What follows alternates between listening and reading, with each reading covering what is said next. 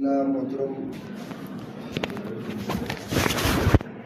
اللہ الرحمن الرحیم الحمدللہ رب العالمین والعاقبۃ للمتقین والصلاۃ والسلام علی نبیہ وعلی آلہ واصحابہ اجمعین ومن تبعہم بإحسان الی یوم الدین۔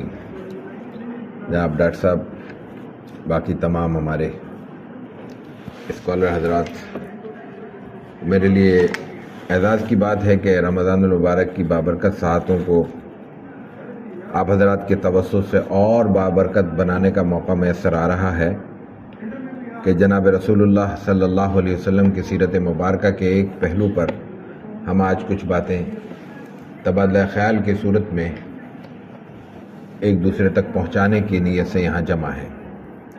ہمارا آج کا موضوع رسول اکرم صلی اللہ علیہ وسلم کے تعلیمی طریقہ کار اور تعلیمی انداز سے ہٹ کر اس عہد کے تعلیمی نظام اور تعلیمی روایت پر ہے۔ جب ہم تعلیم کی بات کریں گے تو دو پہلو بہت نمایاں ہوتے ہیں۔ ایک پہلو تو ہے رسول اللہ صلی اللہ علیہ وسلم کے طریقہ تعلیم، اسلوب تعلیم، اسلوب تدریس، اور ایک ہے خاص پورے اس عہد کے پس منظر کو بیان کیا جائے، تعلیمی ڈھانچہ اس وقت کا، خد و خال اس وقت کے کیا تھے۔ تو میں بجائے اس کے کہ آج کے نشست میں تعلیمی مناہج اور تعلیمی مراحل پر بات کروں، ہماری کوشش ہوگی کہ اس وقت کی تعلیم کے بنیادی نکات آپ کے سامنے پیش کروں۔ ایک بات اور سمجھنے کی ہے، اور آغاز میں ہی ہمیں اس کو واضح کر لینا چاہیے کہ جب رسول اللہ صلی اللہ علیہ وسلم کے ساتھ ہم کسی بھی عنوان سے عہد نبوی کو بیان کرتے ہیں یا زیر بحث لاتے ہیں تو اس میں اس عہد کا پس منظر زیادہ نمایاں ہونا چاہیے، اور پس منظر کو ہمیشہ پیش نظر بھی رکھنا چاہیے۔ اس کی ایک چھوٹی سی، اس پس منظر کو سمجھنے کی ایک چھوٹی سی مثال ہم لے لیتے ہیں، تمثیل سے باتیں بعض اوقات واضح ہو جاتی ہیں۔ ہم ایک ایسے علاقے کا تصور کرتے ہیں جہاں جرائم کی مقدار بالکل نہ ہونے کے برابر ہے، لوگ بڑے معقول ہیں، شریف ہیں، مہذب ہیں، متمدن ہیں، وہاں نہ چوری ہے، نہ ڈکیتی ہے، نہ تلخ کلامی ہے، نہ کسی سے بلند آواز سے بات کرنے کا رجحان ہے، نہ کسی کو نقصان پہنچانے کا رجحان ہے۔ ایسے ماحول میں ایک داعی کی حیثیت سے ایک صاحب تشریف لاتے ہیں۔ اب انہیں سوچنے کی بات ہے کہ کام کے لیے اپنے ایریاز تلاش کرنے ہوں گے، انہیں دیکھنا ہوگا کہ مجھے کیا کام کرنا چاہیے۔ یہ تو پہلے پڑھے لکھے لوگ ہیں، نمازی لوگ ہیں، اللہ کو ماننے والے ہیں، اللہ کے احکامات کو ماننے والے ہیں، اللہ کی مخلوق کا خیال رکھنے والے ہیں۔ تو اب اس میں ظاہر ہے کہ چونکہ انسانی معاشرہ ہے، گنجائش تو ہوگی، کمی بیشی بھی ہوگی، کہیں نہ کہیں وہ اپنے لیے دائرہ عمل تلاش تو کر لیں گے، لیکن ان کو بہرحال کام کرنے میں دشواری پیش آئے گی۔ اب ایک ہے اس کا کام کرتے ہوئے دشواری پیش آنا، اور ایک ہے پھر اس کام میں اپنے لیے وہ اپنی گنجائش پیدا کر کے اپنا نام بنانا، یہ پھر زیادہ محنت طلب ہوگا۔ اس کے برعکس ایک شخص ہے، اس کو کسی جیل کے ماحول میں قیدیوں کے ساتھ جو کرمنلز ہیں، جو عادی جرائم پیشہ ہیں، جن کا جرم ثابت ہو چکا ہے، جو اپنی سزا بھگتنے کے لیے وہاں موجود ہیں، ان میں کام کرنے کے لیے کہا جائے کہ اب یہ شخص، یہ افراد جو یہاں اس وقت بطور قیدی موجود ہیں، یہ جب یہاں سے نکلیں تو ایک مطلب آئیڈیل شہری کے نکلیں، اور یہ جب نکلیں اور کسی محلے میں جا کے بسیں تو وہ محلہ ماڈل بن جائے۔ تو اب یہاں پہ ان کو اپنی صلاحیتوں کا اظہار تو کرنا ہوگا، وہاں محنت تو کرنی ہوگی، ریاضت تو کرنی ہوگی، لیکن ان کے لیے کام کے گنجائش بہت ہوگی اور پہلے سے موجود ہوگی۔ باقی ان کی صلاحیت کا اور اب اللہ کی توفیق ہے، اس کا نتیجہ ہوگا جو بہرحال سامنے آئے گا۔ اب جب ہم یہ پس منظر کی ضرورت سمجھ لیتے ہیں تو اب دیکھیے کہ رسول اللہ صلی اللہ علیہ وسلم نے تعلیم کی صدا کہاں بلند کی اور تعلیم کا ماحول کہاں پیدا کیا، اور پھر کیا ماحول پیدا کیا، اس پر آگے چل کے بات کرتے ہیں۔ بلادری تیسری صدی کے نصف آخر میں انتقال کرنے والا ایک مشہور مورخ ہے، خاص طور پر ان کی فتح البلدان اور انساب الاشراف معروف ہے۔ انساب الاشراف کا تو خاص طور سے ہمارے لیے اس لیے بھی مقام ہے کہ ڈاکٹر حمید اللہ مرحوم مغفور کی نسبت سے وہ ہمیں ملی، انہوں نے اس کا مخطوطہ دریافت کیا۔ اب تو کئی جلدوں میں بڑا شاندار نسخے شائع ہوتے ہیں۔ بلادری کی تاریخی حیثیت اور نسب دان کی حیثیت مسلم ہے، ان کو تاریخ کے طور پر استاد اور اپنے عہد کا ایک بنیادی ماخذ سمجھا جاتا ہے۔ بلادری نے عہد نبوی میں عہد مکی کے 17 ایسے افراد کی فہرست بیان کی ہے جو ضرب المثل کے طور پر تاریخ میں بیان کی جاتی ہے. یعنی ایک ہے کسی شخص کا کوئی چیز بیان کرنا اور ایک ہے اس کا اتنا پھیل جانا، اتنا شہرت پا لینا کہ وہ ضرب المثل کی حیثیت اختیار کر جائے. بلادری نے 17 افراد کی فہرست مرتب کی ہے جو ان کے خیال میں ان کی معلومات کے مطابق جس عہد میں جناب رسول اللہ صلی اللہ علیہ وسلم مکہ مکرمہ میں تشریف لائے تھے اس وقت وہ پڑھے لکھے تھے. اور یہاں پہ ایک چیز اور بھی میں عرض کر دوں کہ پڑھے لکھے سے مراد کیا ہے. پڑھے لکھے سے مراد خواندہ ہے، اپنے فن کا علامہ نہیں ہے. یہ لفظ میں نے یہاں علامہ استعمال کیا، یہ ہمارے آج کے تناظر میں نہیں استعمال کیا، یہ میں نے عہد نبوی کے تناظر میں استعمال کیا ہے. عہد نبوی میں لفظ علامہ متعارف تھا. رسول اکرم صلی اللہ علیہ وسلم نے یہ لفظ پہلی بار مدینہ طیبہ میں سنا ہے اور یہ باہر کی روایت سے آیا تھا. لیکن آپ نے پوچھا کہ بھئی یہ کیا ہوتا ہے، تو آپ کو بتایا گیا کہ یہ ایک ایسے شخص کو کہا جاتا ہے جو مختلف علوم و فنون کا ماہر ہو، اس کو ہمارے ہاں علامہ کہا جاتا ہے. یہ عہد نبوی کی روایت موجود ہے. تو اس حیثیت میں بلادری 17 افراد کی فہرست سازی بطور علامہ نہیں کر رہے ہیں، بلکہ محض ایسے خواندہ افراد کی فہرست سازی کر رہے ہیں جو پڑھنا اور لکھنا جانتے ہیں. ہم اگر خواندگی کی اپنی تعریف پاکستان کے حکومت پاکستان کی طرف سے طے شدہ ضابطے کی تعریف پیش نظر رکھیں تو اس میں کہا جاتا ہے کہ وہ شخص جو اخبار دیکھ کے پڑھ سکتا ہو، دیکھ کے پڑھ سکتا ہو، خواندہ وہی ہوتا ہے. اور وہ جو کچھ پڑھ رہا ہے اس کو ضبط کرنے کی یا لکھنے کی بھی صلاحیت رکھتا ہو. چند جملے. تو 17 افراد کی فہرست جو بلادری نے مرتب کی ہے اس سے اندازہ کیا جا سکتا ہے کہ مکے کی ہزاروں کی آبادی، جی ہاں ہزاروں کی آبادی تھی، چند سو افراد پر مشتمل آبادی نہیں تھی مکے کی. ہزاروں افراد کی آبادی میں 17 خواندہ افراد کا تناسب کیا نکلے گا یہ آپ خود کیلکولیٹ کر سکتے ہیں. البتہ بلادری کی فہرست پر بعد کے محققین نے کچھ دوسرے مصادر سے مزید اضافے کیے ہیں، لیکن وہ اضافے شدہ افراد کی فہرست بھی صرف دگنی ہوتی ہے. یعنی 30-35 سے زیادہ افراد کسی کو اب تک تحقیق کے مطابق ایسے نہیں میسر آ سکے جو رسول اللہ صلی اللہ علیہ وسلم کی دنیا میں تشریف لانے کے وقت مکہ مکرمہ میں موجود ہوں اور خواندہ کہلاتے ہوں اس تعریف کی روح سے. اس ماحول میں رسول اللہ صلی اللہ علیہ وسلم نے تعلیم کا سلسلہ شروع فرمایا، پڑھنے اور پڑھانے کی طرف اپنے امتیوں کو یا اپنے پیغام سننے اور سمجھنے اور ماننے والوں کو متوجہ کیا. اور چند اقدامات میں عرض کرتا ہوں آگے چل کے، ان کے اقدامات کے بعد نتیجہ یہ نکلا کہ خاص متعین دور تو نہیں کہا جا سکتا لیکن مسلمانوں کے ابتدائی دور میں ناخواندگی عیب بن چکی تھی. یعنی ابتدائی عہد میں ہی، عہد صحابہ کہہ لیجئے، میں یوں کہہ لیجئے کہ یہ ممکن نہیں تھا کہ کوئی مسلمان ہو اور وہ پڑھا لکھا نہ ہو یا وہ خواندہ نہ ہو، کم از کم لکھنا پڑھنا نہ جانتا ہو. اتنا بڑا انقلاب ہی کہیں گے اس کو، یہ تعلیم انقلاب، یہ رسول اللہ صلی اللہ علیہ وسلم نے اپنی اس معاشرے کے حوالے سے اپنی خدمات عطا کرتے ہوئے دیا ہے.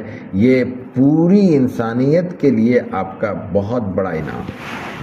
اس لیے کہ ہم جب آپ کو رحمت للعالمین کہتے ہیں، ہم نہیں کہتے قرآن کریم آپ کو رحمت للعالمین کے منصب عالی پر فائز کرتا ہے، تو اس میں بہرحال پوری انسانیت شامل ہے. اپنی توفیق، اپنی صلاحیت اور اپنے ارادے کے مطابق. یعنی عین ممکن ہے کہ کوئی شخص رسول اللہ صلی اللہ علیہ وسلم سے استفادہ کرے لیکن وہ استفادہ محض دنیا تک محدود ہو. اگر اس کے ساتھ حالت ایمان میسر نہ ہو تو ظاہر ہے کہ مسلمانوں کے اپنے عقیدے کے مطابق اس کو آخرت کے ساتھ اس کو نسبت نہیں دی جا سکتی. لیکن یہ بھی ممکن نہیں ہے کہ کوئی ذات رسالت مآب علیہ الصلوۃ والتسلیم کے دامن رحمت سے کسی طور بھی وابستہ ہو اور اس کے دامن کو اس کو ہاتھ کچھ نہ آئے. یہ بنیادی نقطہ ہے آپ کے رحمت للعالمین کا. بارکیف تو رسول اللہ صلی اللہ علیہ وسلم نے جس عہد میں تعلیم کا آغاز کیا، اس عہد کا ہم نے پس منظر یہ بیان کیا کہ وہاں پڑھنے لکھنے والوں کی تعداد یا خواندہ افراد کی تعداد کوئی 1%, 2% سے زیادہ نہیں تھی. آپ علیہ الصلوۃ والتسلیم نے جب اپنے تعلیم کا آغاز کیا تو رفتہ رفتہ صحیح، لیکن اس کے کچھ مقاصد بھی متعین کیے۔ ان مقاصد کو بھی جاننا بہت ضروری ہے، بلکہ جاننا نہیں، جانتے تو ہم سب ہیں۔ اس کا ہمہ وقت استحضار بہت ضروری ہے، اور اس کی ایک ٹیکنیکل وجہ ہے۔ ہم مسلمان جب اپنے آپ کو مسلمان کہتے ہیں تو اس کے ساتھ ایک نظریہ وابستہ ہو جاتا ہے، اور نظریہ یا فکر انسان کی کچھ چیزوں پر بنیاد رکھتی ہے۔ ان بنیادوں کو دو طرح سے دیکھا جاتا ہے، ایک تو اس نظریے کے اخذ کے لیے ان بنیادوں کی اہمیت ہوتی ہے، اور ایک اس نظریے کو آگے منتقل کرنے کے لیے بھی انہی اساس اور بنیادوں کی ضرورت ہوتی ہے۔ جب ہم مسلمان ہیں تو مسلمانوں کا مفہوم یہ ہوگا کہ پر ہمارے ہر پہلو سے، ہمارے ہر طریقے میں اسلام اپنی پوری اساسی قوت کے ساتھ نظر آنا چاہیے۔ یعنی پھر ہمارا نظام معاش بھی اسلامی ہونا چاہیے، نظام معیشت بھی، نظام معاشرت بھی، نظام سیاست بھی، اور یہ تمام چیزیں اس وقت تک اسلامی نہیں ہو سکتی جب تک نظام تعلیم اسلامی نہیں ہو۔ تو رسول اللہ صلی اللہ علیہ وسلم نے، یا قرآن کریم ہی کہہ لیجئے، قرآن کریم نے، وہ بھی ظاہر ہے کہ آپ ہی کی نسبت سے ہمیں آتا ہوا، بنیادی مقاصد تعلیم کو واضح کیا، اور پھر ان نصوص قرآنی کی تشریح جناب رسول اللہ صلی اللہ علیہ وسلم نے اپنے احادیث نبویہ کی روشنی میں فرمائی۔ تو اس کے نتیجے میں جو تین چیزیں ہمیں بنیادی میسر آتی ہیں وہ ہمارے نظام تعلیم کے مقاصد میں شامل ہیں جو رسول اللہ صلی اللہ علیہ وسلم نے ہمیں عطا کیا۔ یہ آپ کے بنیادی خد و خال ہیں۔ آپ نے سب سے پہلے تو معرفت انسان کی بات کی ہے، بلکہ معرفت نفس کی بات کی۔ سب سے پہلے آدمی کو تعلیم کے حصول کے مقاصد میں یہ پیش نظر رکھنا چاہیے کہ میں کیا ہوں، یہ میں جان سکوں۔ یعنی میں کیا ہوں؟ میں اللہ کا بندہ ہوں، میں دنیا میں اللہ کی عبادت کے لیے پیدا کیا گیا ہوں، اور مجھے اللہ تعالیٰ نے جو وحدہ لا شریک ہے، رسول اللہ صلی اللہ علیہ وسلم کی ختم نبوت کی نسبت سے اس دنیا میں کچھ مدت کے لیے بھیجا ہے، جس کی جواب دہی اور مسئولیت آخرت میں مجھے کرنی ہے۔ اس کی بنیادی عقیدہ ہے، اور اس کو عمل پیرا ہونے کے لیے اور اس کی پوری زندگی گزارنے کے لیے ارکان اسلام کی صورت میں جو چار بنیادی ارکان ہیں، نماز، روزہ، حج، زکوٰۃ، وہ ہمیں عطا کیے گئے ہیں ایک نظام کی صورت میں۔ اور اس کے بعد پھر پوری انسانی زندگی کو مرتب کرنے کے لیے جو شریعت مطہرہ ہمیں عطا کی گئی، وہ تمام تعلیمات آ جاتی ہیں۔ تو پہلی چیز ہے انسان کی معرفت، پھر ہے انسان کی معرفت کے بعد پھر معرفت رب۔ معرفت رب کو اصولاً تو پہلے ہونا چاہیے، لیکن یہاں اس لیے اللہ نے قرآن کریم کی ترتیب میں معرفت رب کو دوسرے نمبر پر رکھا ہے کہ رب کو پہچاننے کے لیے جو شرط اول ہے وہ اس کو غیب کی حالت میں پہچاننا ہے۔ قرآن کریم میں فرمایا کہ الف لام میم ذالک الکتاب لا ریب فیہ ھدی للمتقین، یہ قرآن کریم ہدن ہے، کس کے لیے؟ متقین کے لیے ہدایت ہے۔ تو متقین کون ہے؟ الذین یؤمنون بالغیب، غیب پر ایمان رکھتے ہیں، وہ الگ بحث ہے، ہم اس طرف نہیں جائیں گے۔ یؤمنون بالغیب کا تقاضا یہ ہے کہ جب خالق کو براہ راست نہیں پہچانا جا سکتا تو پھر اس کے لیے مخلوق کو ذریعہ بنایا جائے، اس لیے کہ ہمیشہ جو پروڈکٹ ہے وہ اپنے خالق کی طرف اشارے کرتی ہے اور اس کی غماز ہوتی ہے۔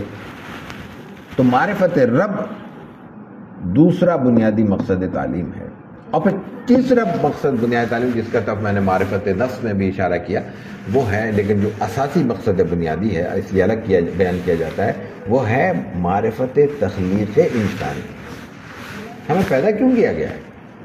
اس کائنات میں ہم محض کھانے کے لیے نہیں پیدا ہوئے، ہم محض اپنے تقاضے پورے کرنے کے لیے نہیں پیدا ہوئے، ہم محض اپنا وقت بتانے کے لیے اور بلکہ وقت برباد کرنے کے لیے نہیں پیدا ہوئے کہ ہم نے کوئی 60-70 سال کی 50 سال کی اور جو ایوریج زندگی ہمیں عطا کی گئی ہے وہ ہم کھیلیں کودیں جلے جائیں، نہیں، اس کے پیچھے کچھ مقاصد ہیں۔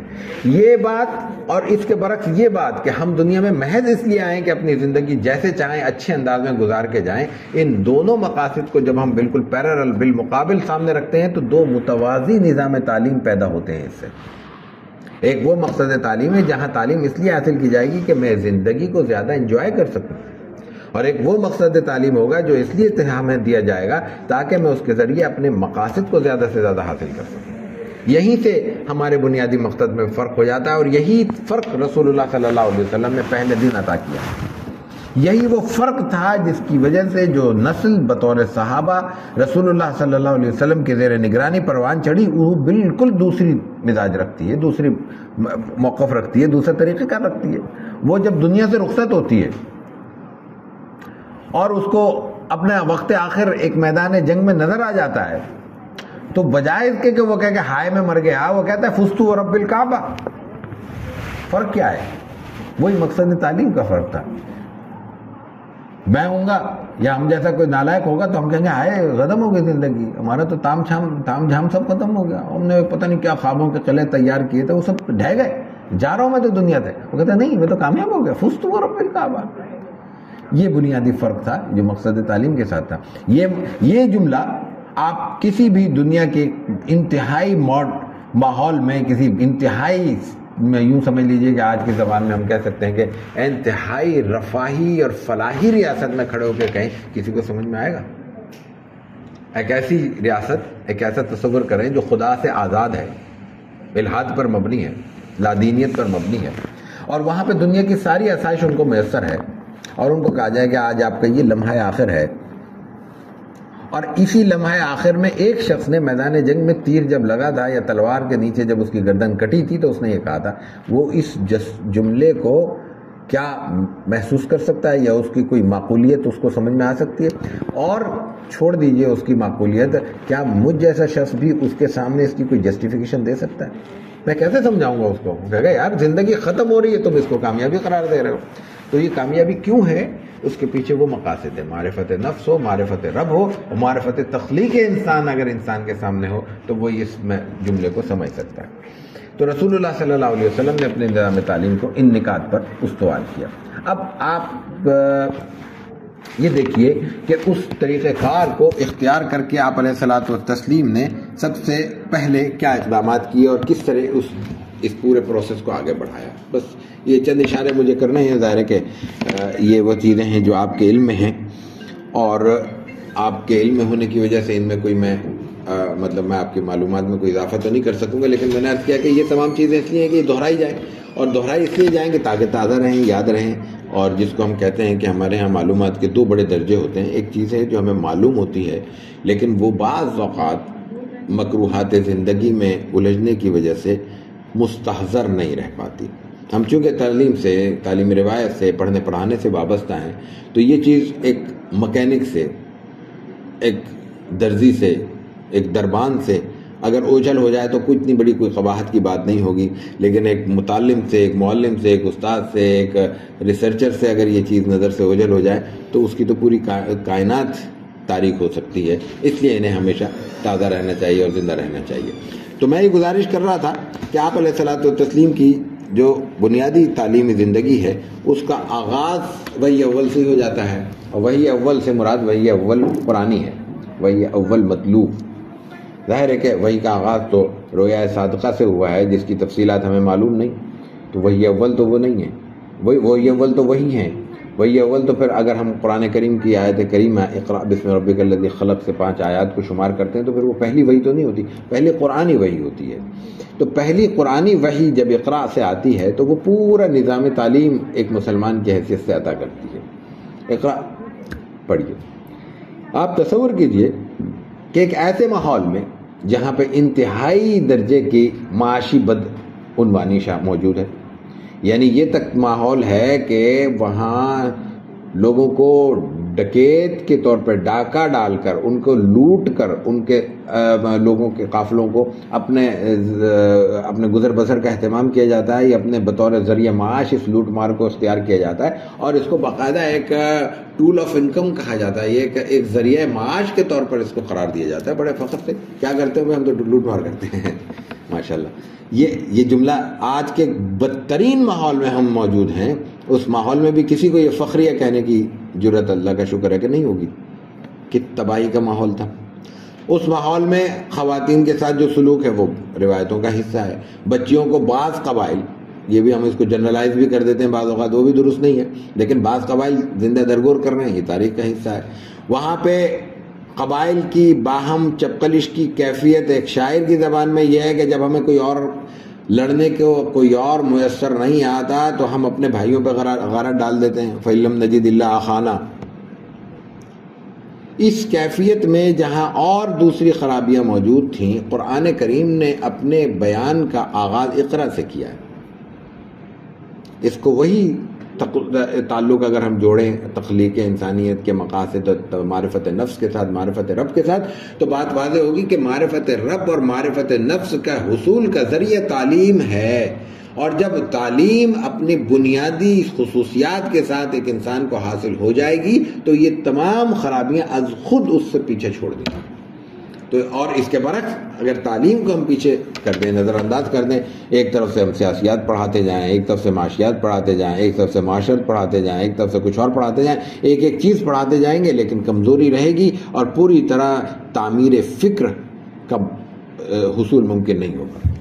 تو اقرا کا انتخاب اس لیے کیا گیا. پھر یہاں پہ قرآن کریم نے چونکہ اقرا کہا تو اس کے ساتھ ایک صفت اللہ تعالیٰ کی بیان کی گئی، خلق کی. اقرا بسم ربک الذی خلق.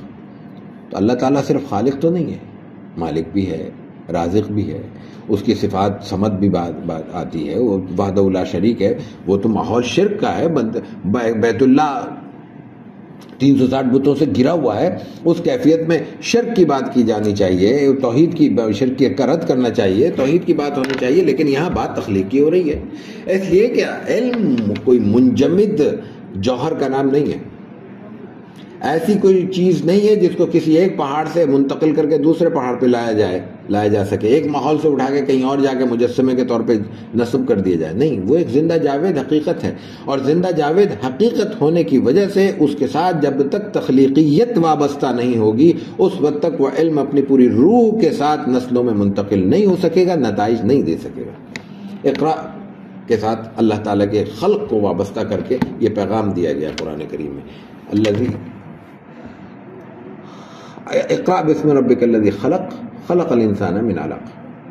اب تخلیق کے ساتھ علق کا ذکر، انسان کی پیدائش کا ذکر تو بات سمجھ میں آتا ہے، لیکن اس کا تعلیم سے کیا وابستگی ہے؟ در حقیقت یہاں پہ شاید قرآن کریم میں اور بہت سے مقاصد ہوں گے. قرآن کریم کی ایک ایک آیت اور ایک ایک لفظ میں، ایک ایک حرف میں بلکہ اتنے مقاصد ہیں کہ قیامت تک ان کو پوری طرح ہم ڈسکور نہیں کر سکیں گے. لیکن ایک اشارہ محسوس ہوتا ہے کہ اس طرف ہے کہ انسان جب علم کے راستے پر گامزن ہو جاتا ہے، واقعتاً وہ علم کے راستے کا راہی بن جاتا ہے، تو اس میں جہاں بہت سی خوبیاں پیدا ہوتی ہیں، جہاں اس کے اندر بہت سے تصورات کی بلندی پیدا ہوتی ہے، وہاں ایک کیفیت بھی پیدا ہوتی ہے. وہ ہے ایک تھوڑا سا اپنی سطح بلند ہونے کا احساس. میں پڑھا لکھا ہوں، اس کیفیت میں انسان کو توجہ دلائی جا رہی ہے کہ تم واقعی پڑھے لکھے ہو، تو یہ تو اللہ کی نعمت ہے. لیکن یہ خیال رکھنا چاہیے کہ کتنے ہی پڑھے لکھے ہو، اقرأ بسم ربک الذی خلق خلق الانسان من علق. تمہارے دنیا میں آنے کا پروسیس اتنا قابل فخر اور قابل بیان نہیں ہے کہ تم اسٹیج پر آ کے اس کو صاف لفظوں میں بیان کرنے کی ہمت بھی رکھ سکو.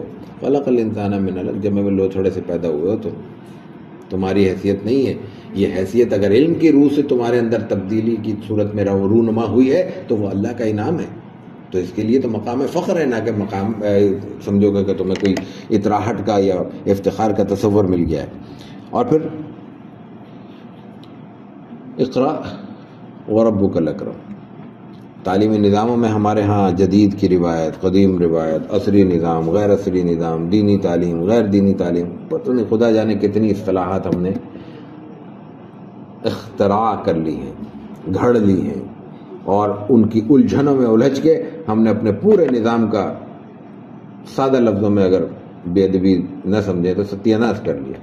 اقرا وربک الاکرم. دنیا میں جو چاہے پڑھو، اگر وہ پڑھنے کی صورت میں اللہ کا اکرم ہونا تمہارے ذہنوں میں جاگزی ہوتا رہے اور تم اس کا قائل رہو تو وہ ہر چیز علم ہے. اور اگر وہ خدا نہ خواستہ قرآن کریم کی پڑھنے سے بھی خدا کے اکرم ہونے کی تصور پیدا نہیں ہونا تو وہ علم نہیں ہے. آپ دیکھیں نا، قرآن کریم صرف مسلمانوں نے تو نہیں پڑھا، احادیث نبویہ سے صرف مسلمانوں نے تو استفادہ نہیں کیا. کون کہاں استفادہ کرتا ہے، لیکن صورت کیا ہے؟ وہ علم اگر اللہ سے انسان کے تعلق کے اظہار اور اس بات کا سبب نہیں بن رہا تو وہ علم کہاں ہو سکتا ہے؟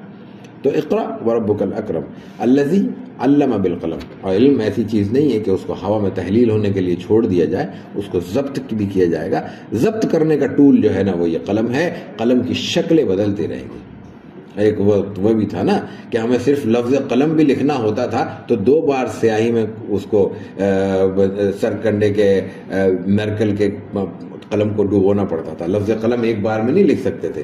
اور اب آپ 500 صفحات لکھتے چلے جائیں اور پوائنٹر ختم نہیں ہوتا، اور ختم ہو جائے تو بس پھر اس کا حل یہی ہوتا ہے کہ اس کو بھی ختم کر سمجھا جائے. تو قلم تبدیل ہوتا رہے گا، قلم کی فارمیشن تبدیل ہوتی رہے گی. ہاں ڈیجیٹل بھی آج قلم ہی کہلائے گا، لیکن اس صورت میں جب وہ چیزیں قابل ضبط ہوں. آج کی جتنے ڈیوائسز ہیں یہ ان میں سے کوئی بھی، میں بھی جانتا ہوں، آپ بھی جانتے ہیں، آپ مجھ سے زیادہ جانتے ہیں، قابل اعتماد نہیں ہے. ہمیں پھر اس کے لیے فائلوں کے لیے بیک اپ بنانے پڑتے ہیں، کلاؤڈ پہ جانا پڑتا ہے، خدا جانے کیا کچھ کرتے ہیں. کیوں؟ وجہ اس کی یہ ہے کہ وہ قابل اعتماد نہیں ہے. تو یہاں قلم سے مراد جو قرآن کا اس تناظر ہے وہ محسوس ہوتا ہے کیونکہ ضبط کی بات ہے، جو قابل اعتماد ہو، یعنی قابل ضبط ہو، قابل حفاظت ہو. تو الذی علم بالقلم، قرآن کریم یہاں پہ پورا منہج بیان کر رہا ہے کہ علم کا مقصد، علم کا طریقہ، اور پھر علم کے حصول کے لیے استاد اور شاگرد کے لیے ضابطہ. طالب علم کو اپنے استاد کا انتخاب کرنا ہے تو آسان صورت ہے. یہ دیکھ لیں کہ جس شخص کو میں استاد سمجھتا ہوں یا سمجھنے جا رہا ہوں، استاد بنانے جا رہا ہوں، وہاں جا کے میرا علم، میں جہاں کھڑا تھا روز بروز، ڈے بائی ڈے آگے بڑھے گا یا نہیں بڑھے گا. اور استاد جب یہاں آگے کھڑا ہو جائے تو اس کے لیے لازم ہے کہ وہ یہ طے کر لے، اپنے طور پر متعین کر لے اپنا مقام، کہ میں کلاس میں جہاں کھڑا ہو رہا ہوں وہاں میرے سننے والے کل جس کیفیت میں میرے پاس آئے تھے آج اس سے آگے اپنے آپ کو محسوس کرتے ہیں، تو یہ میرے لیے اطمینان کی بات ہے. اور اگر میں وہاں نہیں لے جا سکتا ہوں تو میں بطور استاد یہاں کھڑا ہونے کا حقدار نہیں. تو قرآن کریم نے رسول اللہ صلی اللہ علیہ وسلم کو جو پہلی وحی عطا فرمائی اور آپ کے توسط سے جو انسانیت کو پہلی وحی کا تصور ملا وہ یہ تھا. اس میں پورے نظام تعلیم نبوی کے تمام خد و خال شامل ہیں. اس کو اگر مزید کھولا جائے اور اس کی تفصیل میں جایا جائے، ظاہر ہے کہ یہاں کوئی صرف سورہ اقرا کا درس نہیں ہے، تو اس لیے میں نے اس کو ذرا اختصار سے آپ کے سامنے رکھا ہے. آگے چلیے. رسول اللہ صلی اللہ علیہ وسلم نے بالکل ابتدا ہی میں تعلیم کے اس سلسلے کو آگے بڑھانے کے لیے ایک مرکز قائم کیا ہے دار ارقم ابن ابی ارقم کے نام سے. مدینہ طیب مکہ مکرمہ کے بیت اللہ کے بالکل قریب ترین ایک کوئی گھاٹی ہے. بیت اللہ کی یہ شکل تو نہیں تھی کہ اب آپ 15-20 منٹ بھی چلتے رہیں تو سامنے بے حرم ہوتا ہے اور حرم کے دروازے تک نہیں پہنچ پاتے ہم. یعنی اگر کلاک ٹاور سے نکل کے بھی حرم کے دروازے باب عبدالعزیز تک پہنچنا جائیں تو 10-15 منٹ تو کم سے کم چاہیے.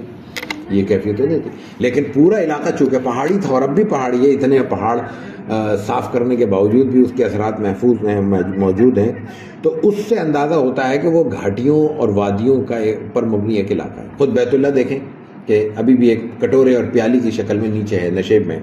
تو وہاں جب نشیب ہوتا ہے اور پہاڑی علاقے ہوتے ہیں تو وہاں پہ کچھ ایسی جگہ بن جاتی ہیں جن میں پہاڑوں میں راستے بھی ہوتے ہیں اور وہ عمومی طور پر سامنے سے دکھائی بھی نہیں دیتے.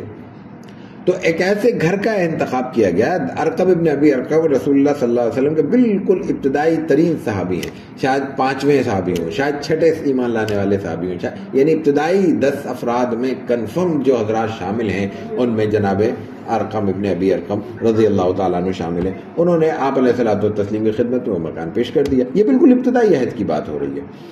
جب آپ نے دعوت عام کا آغاز کیا ہے، وَأَنذِرْ عَشِيرَتَكَ الْأَقْرَبِينَ اور فَاصْدَعْ بِمَا تُؤْمَرْ کے احکامات قرآن کریم میں آپ پہ نازل ہوئے، اس سے بہت پہلے آپ یہاں پہ آ چکے ہیں. اس مقام کی خوبی یہ بیان کی جاتی ہے اور محسوس بھی ہوتی ہے اس پورے پس منظر کو اگر ذہن میں رکھا جائے کہ وہاں جانا آنا لوگوں کی نظروں سے محفوظ ہو کر جانا اور آنا بڑا آسان تھا. تو آپ علیہ الصلوۃ والتسلیم اپنے صحابہ کو وہاں بلا لیتے تھے اور وہاں سے جو بھی اس وقت تک کی وحی تھی جو کہ بہت کم تھی اس کی ترسیل شروع ہو گئی. لیکن 2-2.5 سال کے بعد جب فطرت کا دور ختم ہوا ہے تو پھر وحی کا سلسلہ تیزی سے آگے بڑھا اور بہت احکامات آئے اور وہ پھر وہ وہیں سے پھر آگے بڑھتے رہے. حضرت عمر کا ایمان لانے کا واقعہ وہیں کا ہے. تو حضرت عمر رضی اللہ تعالیٰ عنہ تو اس کے کافی بعد ایمان لائے ہیں. تو اس وقت تک جو کچھ وحی آئی تھی وہ اس وقت تک مسلمانوں کا جتنا بھی دائرہ وسیع ہوا تھا اس تک وہ پھیل بھی چکی تھی. لیکن یہ محض یہ مسلمانوں کا، یہ رسول اللہ صلی اللہ علیہ وسلم کا مرکز تھا. محض تعلیمی مقاصد نہیں تھے، یہ بنیادی مقاصد تھے. آپ علیہ الصلوۃ والتسلیم ہر مقصد کے لیے وہیں پہ آتے تھے. مشاورت بھی وہیں ہوتی تھی اور پیغام رسانی بھی وہیں ہوتی تھی اور تمام چیزیں وہیں سے مرتب کی جاتی تھی. تو رسول اللہ صلی اللہ علیہ وسلم نے یہاں سے پھر جو ایک اور کام کیا وہ آج کی تعلیمی روایت کے لیے بہت اہم ہے. تعلیمی روایت کے لیے نہیں، محض تعلیمی روایت کے لیے نہیں، ہماری تربیتی روایت کے لیے بہت اہم ہے. تربیت یا ٹریننگ کی جو آج کی اصطلاحات ہیں ان میں ایک آؤٹ ریچ پروگرام بڑا مشہور ہے. مطلب بڑی بطور اصطلاح یہ ایک عام اصطلاح ہے، اب ہر شخص اس سے متعارف ہے. آؤٹ ریچ پروگرام ہو رہا ہے، یہ فلاں یونیورسٹی کا آؤٹ ریچ پروگرام، یہ فلاں ٹریننگ سینٹر کا outreach program. Outreach program کیا ہوتا ہے؟ آؤٹ ریچ پروگرام کا جو بنیادی کانسیپٹ ہے وہ یہی ہے کہ ہر شخص ہمارے اپنے پلیس پر، ہماری جگہ پہ آ کے ہم سے یا ہمارے ادارے سے یا ہمارے ٹیوٹر سے یا ہمارے انسٹرکٹر سے یا ہمارے ٹرینر سے استفادہ نہیں کر سکتا. ممکن نہیں ہے. اس کے برعکس یہ بہت آسان ہے کہ وہ انسٹرکٹرز کو، ٹیوٹرز کو، ٹرینرز کو آپ کہیں اور موو کر دیں، کہیں منتقل کر دیں. تو یہ جو ہمارے یہاں اردو میں ایک محاورہ ہے اور بدقسمتی یہ ہے کہ ہمارے بس تعلیمی روایت میں اس محاورے کا بڑا غلط استعمال ہوتا ہے. وہ یہ کہ پیاسا پانی کے پاس آتا ہے، پانی پیاسے کے پاس نہیں جاتا. پیاسا کنویں کے پاس آتا ہے، کنواں پیاسے کے پاس نہیں جاتا. رسول اللہ صلی اللہ علیہ وسلم نے تو اس کے برعکس کنواں تو شاید نہیں بھیجا لیکن کنویں سے چھاگل نکال کے لوگوں کو ضرور بھیجے ہیں. حضرت عمر رضی اللہ تعالیٰ عنہ کا واقعہ ذہن میں تازہ کر لیجئے. آپ جب اپنا رسول اللہ صلی اللہ علیہ وسلم کے ساتھ برے ارادے سے نکلے ہیں گھر سے اور ان کا رخ ان کے گھر، ان کے بہن کے گھر، بھائی بہنوئی کے گھر کی طرف منتقل ہو جاتا ہے، رخ موڑ دیا جاتا ہے، تو وہاں حضرت خباب ابن ارت تلاوت کر رہے ہیں، سورہ طٰہٰ کی تلاوت ہے. تو وہاں پہ حضرت خباب کیوں بیٹھے ہیں ان کے گھر؟ واقعہ ذرا چھوڑ دیتے ہیں، وہ تو سب کے سامنے ہے، سب کے ذہنوں میں. حضرت خباب کیوں وہاں تھے؟ اس لیے تھے کہ بھئی وہ حضرت فاطمہ نام ہے ان کا، حضرت زید، ان کو قرآن پڑھانا تھا. ان کو کیوں قرآن پڑھانا تھا؟ وہ حضرت عمر کے بہنوں ہی ہیں. اب عمر کی جلالت شان ہے، وہ جوان آدمی ہیں اس وقت اور وہ متشدد ہیں اور اسلام کا راستہ روکنے کے لیے مستعد ہیں. تو ان کی وجہ سے وہ ان کے لیے ممکن نہیں ہے کہ وہ دار ارقم جیسی جگہ پہ بھی آ سکیں. تو نہ آ سکیں تو ان کا مسئلہ ہے، ہمارا مسئلہ تو نہیں ہے. پیاسا کنویں کے پاس آتا ہے، کنواں تو نہیں جاتا. آپ علیہ الصلوۃ والتسلیم نے اس کنویں سے ایک چھاگل بھری ہے، خباب ابن ارت کو دی ہے اور کہا جاؤ پلا کے آؤ ان کو، پیاسوں کو جو یہاں نہیں آ سکتے. تو آؤٹ ریچ پروگرام جو بھی ہوں، میں یہ سمجھتا ہوں، غلط اصطلاح آپ اس کی تصحیح فرما سکتے ہیں، کہ یہ اس کا آغاز رسول اللہ صلی اللہ علیہ وسلم سے یہاں سے روایت سے ملتا ہے. آگے چلتے ہیں. مدینہ طیبہ ہم کا تھوڑا سا جائزہ لیتے ہیں. مکہ مکرمہ سے ہم مدینہ طیبہ جلدی سے منتقل ہوتے ہیں. ہجرت کے بعد دوسرے ہجری میں غزوہ بدر پیش آتا ہے. وہاں پہ کچھ پکڑے جاتے ہیں، قیدی پکڑے جاتے ہیں اور ان قیدیوں سے آپ علیہ الصلوۃ والتسلیم کہتے ہیں کہ 10 افراد کو پڑھا دو اور وہ پڑھانا ہی تمہارا فدیہ ہے. قصہ ذرا ہم نظر انداز کرتے ہیں، مختصر کرتے ہیں. ان میں کچھ لوگوں سے پیسے لیے بھی گئے، فدیہ لیا گیا اس وقت. اور فدیہ لینے کے بعد کچھ لوگوں نے جب یہ کہا کہ ہمیں پیسے دینے کی گنجائش نہیں ہے، تو انہوں نے کہا کہ اچھا تم پڑھے لکھے ہو؟ ہاں پڑھے لکھے ہیں. تو ایسا کرو، ہمارے ناخواندہ 10 افراد کو، بچوں کو، چھوٹوں کو، بڑوں کو خواندہ بنا دو، یہی تمہارا فدیہ، چلے جاؤ. اب میں نے جیسے عرض کیا کہ بہت سے اقدامات کو پس منظر سے جوڑے بغیر دیکھا نہیں جا سکتا، نتائج درست نہیں آ سکتے. یہ ماحول کیا ہے؟ یہ ماحول دوسری ہجری ہے، سن 2 ہجری ہے. مدینہ طیبہ پہنچے ہوئے دوسرا سال ہے ہمیں مسلمانوں کو، آپ علیہ الصلوۃ والتسلیم کو. معاشی صورتحال کیا ہے؟ معاشی صورتحال یہ ہے کہ 313 افراد جب لڑائی کے لیے، اسی غزوہ بدر کے لیے نکلے ہیں، تو ان 313 میں سے صرف 2 کے پاس گھوڑے تھے اور صرف 70 کے پاس اونٹ تھے. اور ان 70 میں رسول اللہ صلی اللہ علیہ وسلم بھی شامل تھے، کہ یعنی ایک شخص پہ 2 افراد نہیں 3 افراد سوار ہوتے تھے، 3 تو سوار ہی نہیں ہو سکتے، اونٹ پہ 3 کیسے بیٹھیں گے؟ اس پہ ایک پہ 2 بیٹھنا، اونٹ کی تو ساخت ایسی ہے کہ 2 بیٹھنا مشکل ہے، تو باری باری بیٹھتے تھے، ان میں رسول اللہ صلی اللہ علیہ وسلم بھی شامل تھے۔ اس کی ایک وجہ بہرحال یہ بھی ہے، اس وقت معاشی اپنی جو کمزوری تھی اپنی جگہ، کہ اس وقت مسلمانوں کے پاس وقت نہیں تھا، بہت اجلت میں نکلے تھے، کیونکہ اصل تو ان کے سامنے ہدف وہ قافلہ تھا جو شام سے آ رہا تھا۔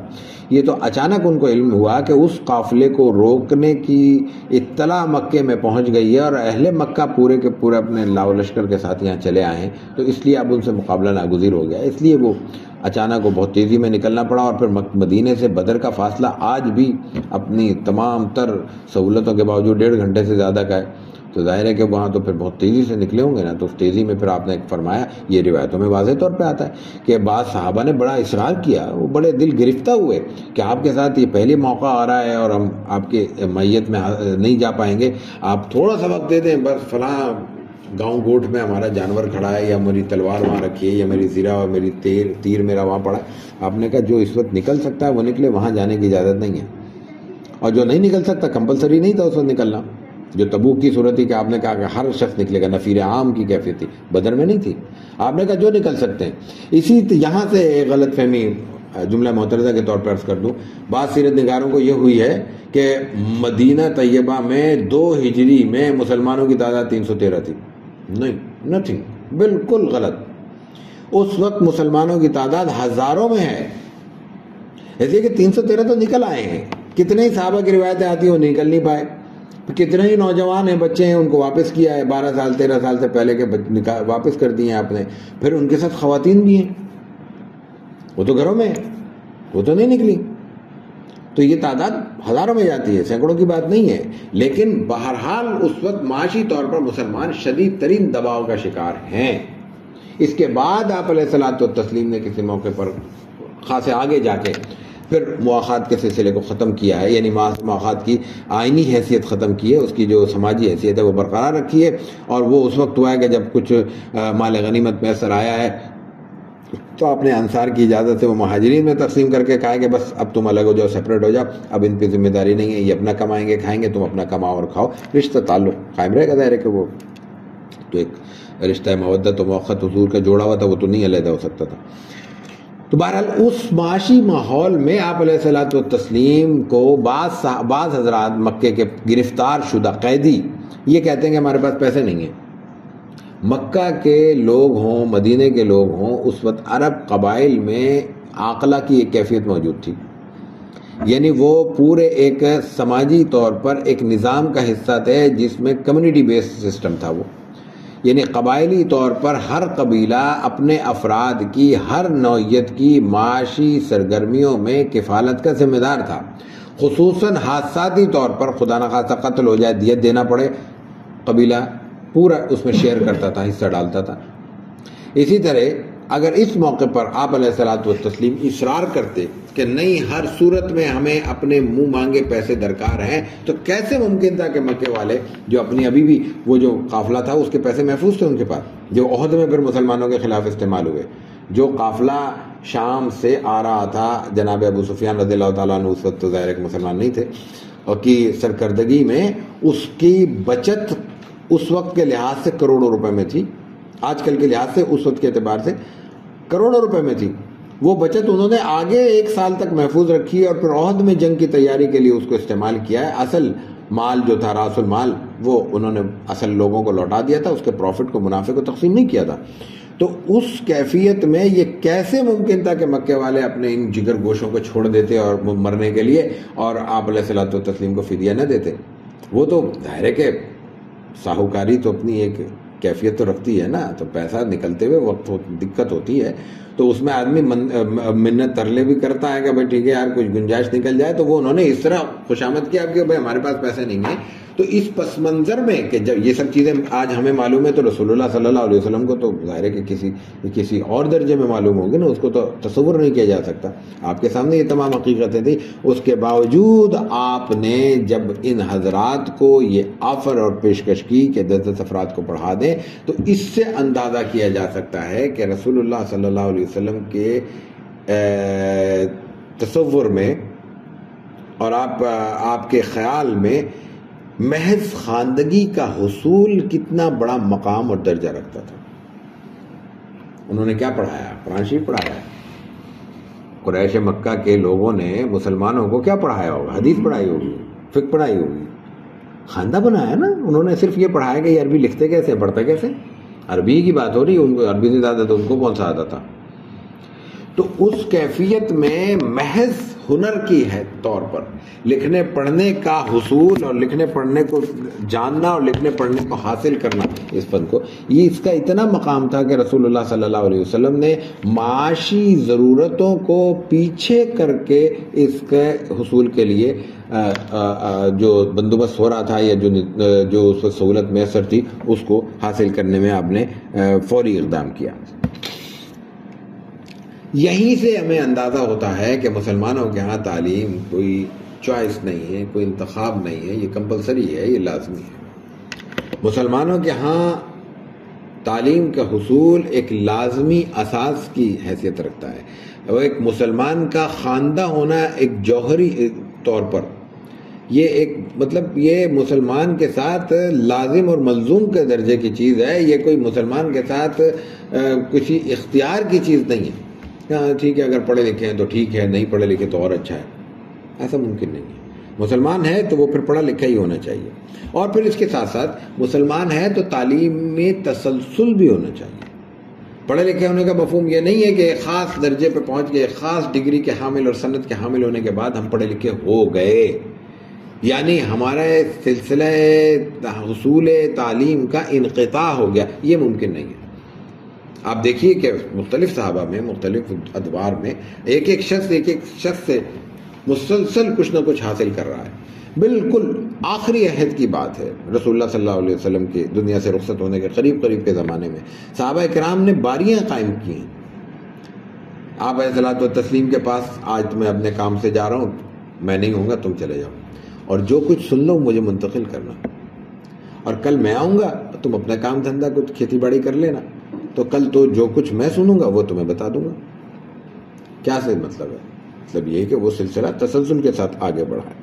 پھر اس وقت کی تعلیم میں جو مقاصد چونکہ ہم نے واضح کیے، وہ مقصد واضح تھا تو اس میں تعلیم میں تعلیم عمل کے ساتھ مشروط تھی۔ ہم آج بھی یہ بات کہتے ہیں، فخر سے کہتے ہیں اور درست کہتے ہیں کہ ہمارا تعلیم نظام محض تعلیم پر مبنی نہیں تھا، تعلیم کے ساتھ تربیت منسلک تھی۔ تو تربیت کیا ہے؟ عمل کا ہی تو نام ہے نا۔ ہم نے آج یہ بات معلوم کی کہ یہ کام کرنا شریعت کا حکم ہے، تو اسی لمحے سے ہماری زندگی کا وہ حصہ بن گیا، یہ عمل ہے، یہی تربیت ہے۔ ہم نے سنا کہ ہمیں بڑوں کا ادب کرنا چاہیے، ہماری آنکھیں بڑوں کے سامنے جھک گئیں۔ ہم نے کہا پڑھا کہ جناب چھوٹوں پہ شفقت کرنی چاہیے، ہم نے جناب چھوٹوں پہ ہاتھ رکھنا شروع کر دیا اور ان کے تقاضوں کو پیش نظر رکھنا شروع کر دیا۔ یہی ادب ہے، یہی علم ہے، یہی تربیت ہے۔ تو اس وقت صحابہ کرام کے ہاں یہ روایتیں صحابہ کے تذکروں میں عام ملتی ہیں کہ پڑھنے کا یا قرآن کریم کو پڑھنے کا مفہوم یہ تھا کہ قرآن کریم کا وہ حصہ ہمارے عمل کا بھی حصہ بن جائے۔ اسی لیے ہم یہ بات کہتے ہیں، اور یہ بھی بالکل درست کہتے ہیں اور فخر سے کہتے ہیں کہ ہمارا محض دین علمی طور پر متوارث نہیں ہے، متواتر نہیں ہے، بلکہ عملی طور پر بھی متواتر ہے۔ رسول اللہ صلی اللہ علیہ وسلم نے جس طرح نماز سمجھائی تھی، کتنی جگہ روایتوں میں آتا ہے کہ کوئی بدو آتا ہے آپ کے پاس اور کہتا ہے کیسے یا رسول اللہ مجھے بتائیں وضو کیسے کرنی ہے، یا رسول اللہ مجھے بتائیں نماز کیسے پڑھنی ہے۔ تو ایک جملہ ہمارے یہاں روایت میں آتا ہے، حدیث میں، وہ بالکل مطلب وہ پورے اس پس منظر کی عکاسی کرتا ہے۔ آپ کہتے ہیں کہ صلو کما رأیتمونی اصلی، مجھے دیکھ لو میں جیسے نماز پڑھ رہا ہوں ویسے پڑھ لو۔ اور یہ روایت میں نماز کی روایتوں میں کچھ تفریق ہے، اس کا سبب بھی یہی ہے کہ جس نے جہاں جیسے دیکھا ویسے ہی نقل کر دیا۔ اور آپ علیہ الصلوۃ والتسلیم کی کیفیت نماز کی ظاہر ہے کہ مختلف تھی، مختلف تقاضے مختلف تھے، ضرورتیں مختلف تھیں، ماحول مختلف تھا۔ ایک وہ شخص ہے ہم جیسا شخص جو 1.5-2 منٹ میں 5-4 رکعت پورا کر رہا ہے، اور ایک رسول اللہ صلی اللہ علیہ وسلم اتنے طویل نماز پڑھ رہے ہیں کہ جناب پیر متورم ہو جاتے ہیں۔ تو اس کیفیت میں آپ دیکھیں کہ اس میں کہاں یہ ممکن ہے کہ وہ ایک کیفیت میں آپ کھڑے ہوں، این ممکن ہے کہ اس میں ہاتھ بھی چھوڑے ہوں آپ نے، این ممکن ہے کہ وہ ہاتھ آپ کے جو ہے نا سینے پہ اور پیٹ پہ اور تحت السرہ اور فوق السرہ اوپر نیچے ہوتے رہے ہوں۔ جب جو جہاں منتقل دیکھ رہا ہے وہ اس طرح نقل کر رہا ہے، وہ جو نقل کر رہا ہے وہ اس کے لیے پتھر کی لکیر ہے، اتنا ہی ٹکڑا، کیونکہ اس نے خود دیکھا ہے رسول اللہ صلی اللہ علیہ وسلم کو اور خود سنا ہے کہ صلو کما رأیتمونی اصلی. یہ بہرحال الگ موضوع ہے. تو رسول اللہ صلی اللہ علیہ وسلم نے اپنی روایت میں تعلیم کو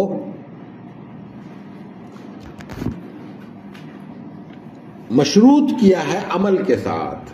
اب یہی سے ایک اور نقطہ واضح ہو جاتا ہے کہ علم برائے علم ہے، علم برائے تربیت نفس ہے، علم برائے تعمیر فکر ہے، نہ کہ علم برائے روزگار. ہماری صنعت محض اس لیے اہمیت رکھتی ہے کہ اس صنعت کے بعد ہمیں خیال ہے. اب تو وہ خیال بھی ذرا ناپختہ سا ہوتا جا رہا ہے، کیونکہ جو بھیڑ لگ گئی ہے ہم اسلامیات میں خاص طور پہ ایم فل اور پی ایچ ڈی کی، تو اس میں بھی اللہ رحم کرے، اللہ تعالیٰ آپ لوگوں میں سے جن جن کی ضرورتیں ہیں وہ پوری کرے. لیکن یہ کہ بہت مشکل ہو رہا ہے، کمپٹیشن ہے. لیکن ہمارا خیال ہے بہرحال کہ ہم یہ سند حاصل کر لیں گے تو ہمیں ذرا نوکری مل جائے گی، یا کم از کم اچھی نوکری مل جائے گی، یا یہ کم از کم اپنا دال روٹی تو ہم چلا لیں گے. یہ ضرورت ہے، معاش انسانی ضرورت ہے. رسول اللہ صلی اللہ علیہ وسلم ہی کا قول مبارک ہے، طلب و کسب الحلال فریضۃ بعد الفریضہ کما قال. بھائی کو حدیث کے الفاظ میں کمی بیشی ہو جائے تو آپ تصحیح فرما سکتے ہیں. تو یہ جو طلب و کسب الحلال ہے یہ کیا ہے؟ فریضہ. کیا مطلب؟ ہمارے خاص طور پہ دینی سرکل میں ایک چیز بڑی کامن ہے، پڑھ رہا ہے پڑھ تو کس لیے پڑھ رہا ہے؟ اس لیے کہ پڑھانا ہے. پوری اسلامی روایت پڑھنے اور پڑھانے کے ساتھ منسلک ہے، درست ہے، لیکن کہیں ایک جملہ کہیں ہے کہ پڑھانا فرض ہے. تو جب فرض اور غیر فرض میں ٹکراؤ ہوگا تو کہاں کون سی راکٹ سائنس ہے کہ ہمیں اس کے لیے سوچنا پڑے گا؟ ظاہر ہے کہ فرض کو ترجیح ہوگی. فرض کیا ہے؟ حلال کمانا، طلب و کسب الحلال. طلب الکسب فرض نہیں ہے، طلب و کسب الحلال فرض ہے. حلال پھر جیسے بھی حاصل کیا جائے، لیکن اس میں آئیڈیل کیا ہوگا؟ ایک پڑھنے پڑھانے والے کے لیے کیا آئیڈیل ہو سکتا ہے کہ اس کو پڑھنے پڑھانے کی نوکری ملے. لیکن محض کمانا یہ دوسری انتہا ہے. جیسے محض پڑھنا پڑھانا یہ ایک الگ انتہا ہے، ویسے ہی محض کمانا یہ الگ انتہا ہے. اب ایک شخص ہے، اس کو اپنے پروفیشن کے طور پہ کسی بھی طرح سے حالات نے، حادثات نے، خاندان نے، بڑوں نے، چھوٹوں نے، روایت نے، دوستوں نے گھیر گھار کے پڑھنے پڑھانے پہ لا ڈالا ہے. وہ مدرسے، مسجد، یونیورسٹی، کالج کا حصہ بن گیا ہے. اب وہ بہرحال ایک سوبر پروفیشن کا حصہ بن گیا ہے نا. اب ایسے شخص کو آئیڈیل کیا ہوگا؟ کیا کہتا ہے تخیل انسان کا؟ یہی کہتا ہے کہ یار اگر اس کو 5 لاکھ روپے کہیں اور مل رہے ہیں اور اس کو 50-60 ہزار 70 ہزار 80 ہزار لاکھ 1.5 لاکھ میں گھر چل رہا ہے اس کا بالفرض، تو بجائے اس کے کہ وہ عیاشی کی زندگی باہر گزارے اور گاڑی کے نیچے اپنے آپ کو کالا پیلا کرے، یہاں ذرا سلیقے کے کپڑے پہن کے عزت نفس کے ساتھ، عزت احترام کے ساتھ اپنا علم جو اللہ نے اس کو عطا کیا وہ آگے منتقل کرنے میں لگے، کیونکہ بہرحال اس کا گھر بھی چل رہا ہے، فرض پورا ہو رہا ہے. طلب و کسب الحلال کہا ہے، محل بنانے کی بات نہیں ہوئی، اپنے آپ کو بزنس ٹائکون کی شکل میں منتقل کرنے کی بات نہیں ہو رہی، اپنی ضرورت پوری کرنے کی بات ہو رہی ہے. اور ضرورتوں میں اسلام کا تقاضا کیا ہے؟ اس کو منیمائز کیا جائے، کم سے کم پہ رکھا جائے. تو یہ بنیادی تقاضے تھے جو عہد نبوی کے تھے. عہد نبوی میں پھر ایک چیز اور ہے جو تخصص کے درجے کی چیز، اور تخصصات سے مراد بہرحال اس فن میں اختصاص ہے. تخصص سے مراد کسی فن سے گزرنا نہیں ہے، ایک دروازے سے گزر کے دوسرے دروازے سے نکل جانا نہیں ہے. اور اس میں پھر انسانی مزاج کی جو رعایت رسول اللہ صلی اللہ علیہ وسلم نے رکھی ہے وہ تو انتہائی غیر معمولی ہے. اس کا تو دنیا میں کوئی تصور ممکن نہیں. میں تو کہتا ہوں کہ وہ نبوت کا اعجاز ہے، اور نبوت کے اعجاز کا مفہوم یہی ہے کہ وہ پھر انسانوں میں منتقل نہیں ہو سکتا. آپ صرف کچھ نہ کریں، اس تعلیمی روایت کو دیکھیں، اس تعلیمی روایت کے ساتھ صرف ایک کیس اسٹڈی کے طور پہ حضرت ابو ذر غفاری رضی اللہ تعالیٰ عنہ کے سوانے پڑھ لیں، اور اگر وہ بھی اس میں بھی آسانی ہو جائے تو مولانا مناظر حسن گیلانی کی پڑھ لیں. کمال کی چیز، کمال کا استنباط ہے. آپ علیہ الصلوۃ والتسلیم سے وہ ایک تقاضا کرتے ہیں کہ بھائی فلاں فلاں کو دے دیا عہدے منصب، مجھے کچھ نہیں دینے کا، تم تو باہر نکلو یہاں سے، تم تو شہر میں بھی نہیں رہنا. یہ آپ نے عمر کو کیوں نہیں کہا؟ عمر تو زیادہ ہاتھ چھوٹتے، زیادہ جلالت شان تھی ان میں. تو نہیں، ان کو پتا تھا یہ مزاج انسانیت میں ایک سوشل گیدرنگ کے آدمی ہیں، یہ ایک انسانی معاشرت میں ایڈجسٹیبل پرسنالٹی رکھتے ہیں.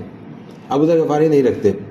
تو دونوں ہی طرف سے یہ ان کے لیے خطرناک ہوگا، ان کی اپنی شخصیت کے لیے بھی، پرسنالٹی کے لیے بھی، اور ان سے معاشرے کے لیے بھی، دونوں کے لیے سہولت یہ ہوگی کہ ایک کونے میں اپنی زندگی گزاریں اور پھر کچھ دوسرے تقاضوں کی تکمیل کریں۔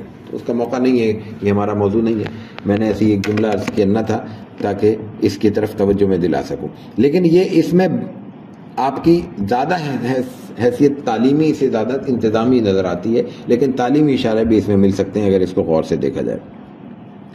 پھر اسلامی نظام تعلیم میں عمومیت ہے اور کوئی کمپلیکس نہیں ہے، یہ غیر معمولی بات ہے رسول اللہ صلی اللہ علیہ وسلم کی تعلیمات میں۔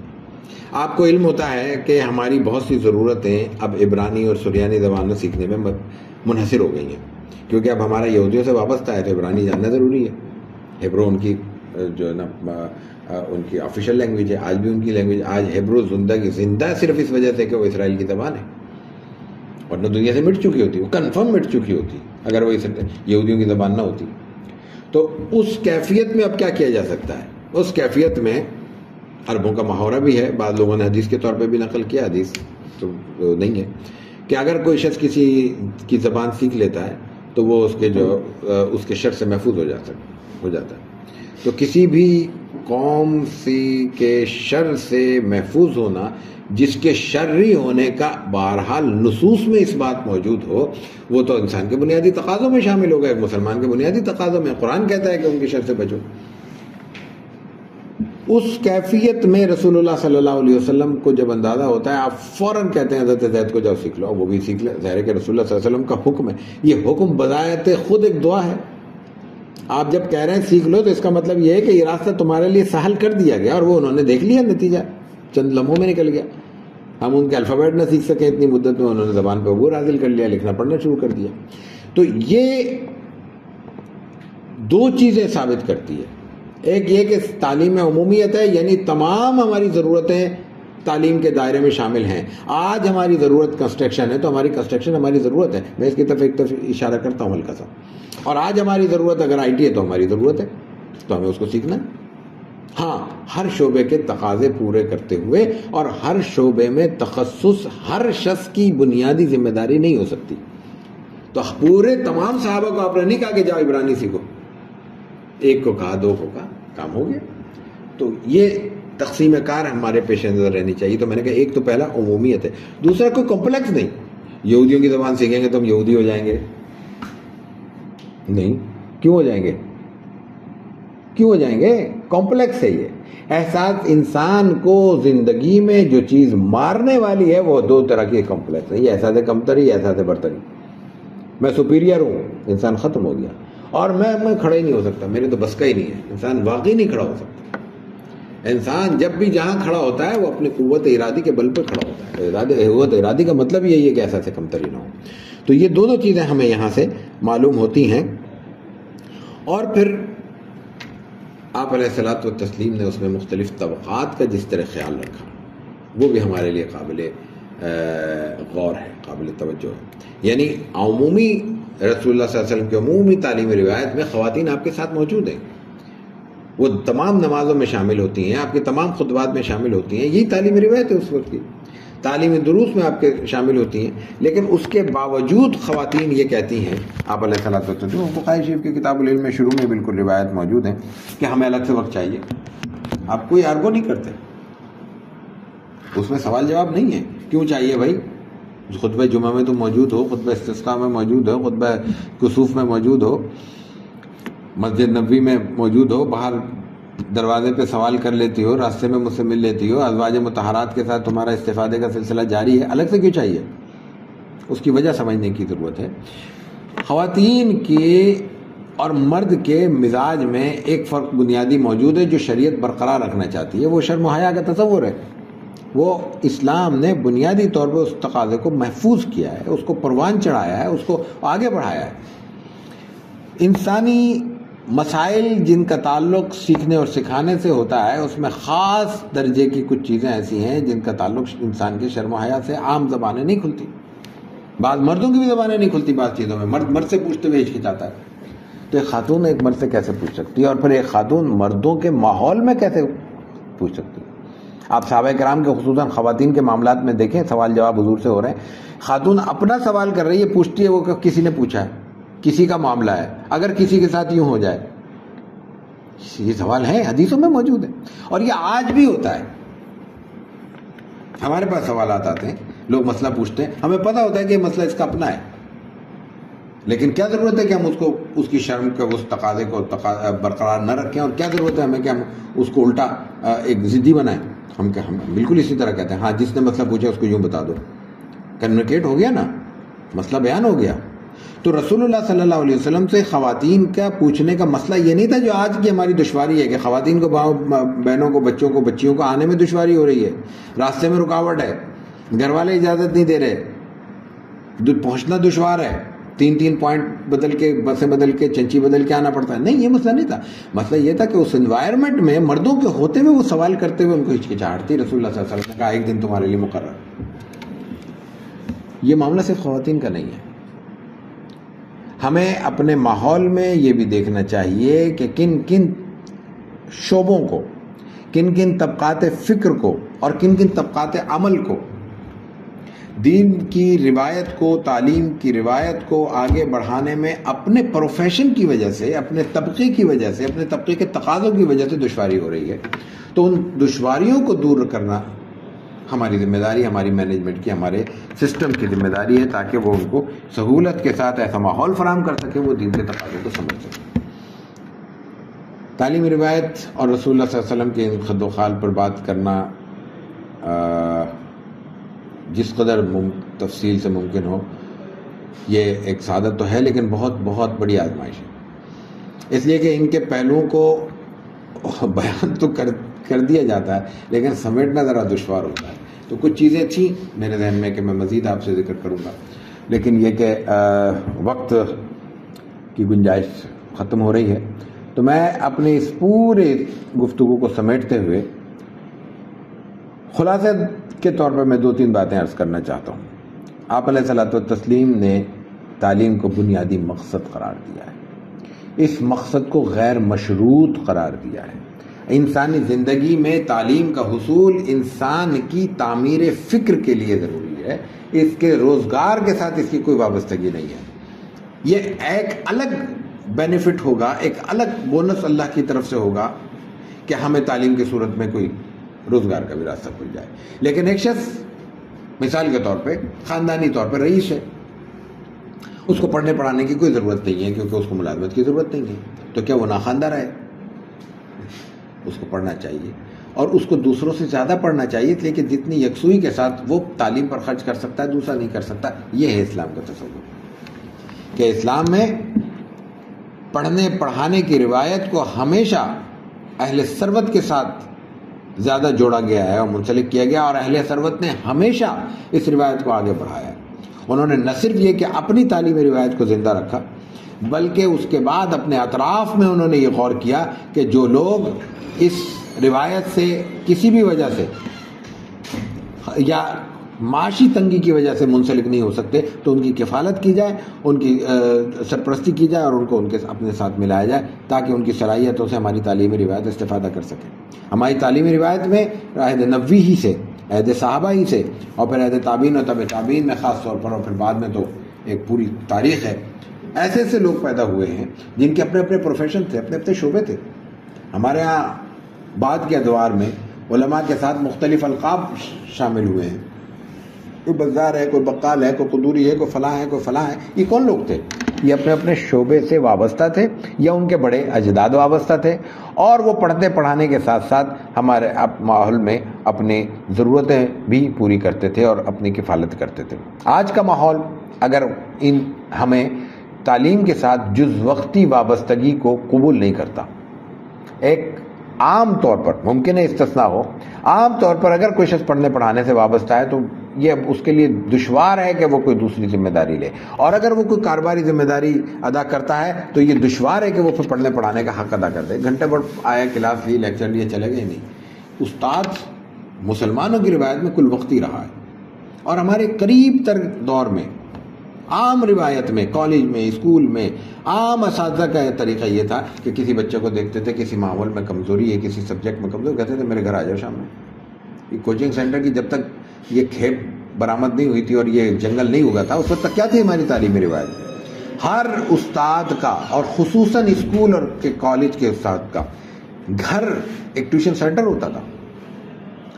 تو یہ کیوں تھی یہ روایت؟ یہ لیے کہ استاد کل وقتی ہوتا ہے۔ تو ہمارے اس پورے نظام کا جو خلاصہ بنتا ہے کہ وہ تعلیم غیر مشروط ہے، تعلیم لازمی ہے، تعلیم ہر فرد کے لیے ہے، اور تعلیم کا تعلق پڑھنے پڑھانے کا، تعلیم سے مراد استاد اور شاگرد پڑھنے پڑھانا، یہ غیر روایتی اور روایتی دونوں طریقے سے یہ جز وقتی نہیں ہے، یہ کل وقتی ہے، ہمہ وقتی ہے۔ اللہ تعالی ہمیں عہد نبوی کی ان